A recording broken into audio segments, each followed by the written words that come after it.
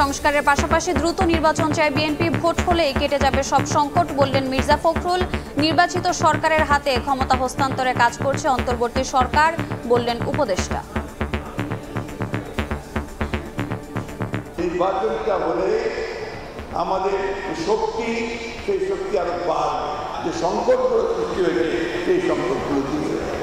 আশা করছি যে খুব তাড়াতাড়ি একটি রোডম্যাপ এসে যাবে। আমাদের লক্ষ্য তো একটা, যে নির্বাচনের মাধ্যমে একটি নির্বাচিত সরকারের কাছে ক্ষমতা হস্তান্তর করা যথাশীঘ্র সম্ভব, সেই লক্ষ্যেই এই সরকার কাজ করছে। সংস্কার কমিশনের প্রতিবেদন পেলে দলগুলোর নিবন্ধন নিয়ে নতুন পরিকল্পনার ইঙ্গিত সিইসির। ভোটে অনিয়ম দমনে ইসিকে বিচারিক ক্ষমতা দেওয়ার পরামর্শ বিশ্লেষকের।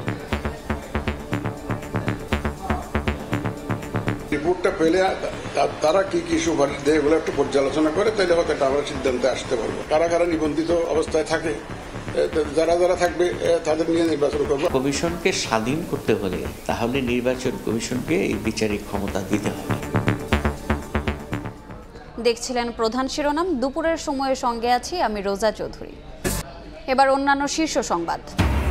শতাধিক পণ্যে শুল্ক কর বাড়ায়, জীবনযাত্রায় আবারও ধাক্কা। অবিলম্বে প্রত্যাহারের দাবি জাতীয় নাগরিক কমিটির। সরকারের ওপর আস্থা কমবে মানুষের বললেন রিজভী।